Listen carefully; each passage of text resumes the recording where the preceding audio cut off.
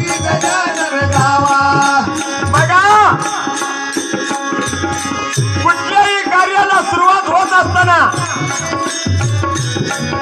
श्री गणेशाचा पहिला गण किती मोठा अधिकार आहे.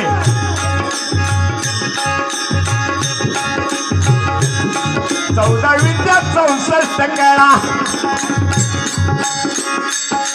1464 कळा अति मोदक घेऊन फळा. 1464 कळा अति मोदक घेऊन फळा.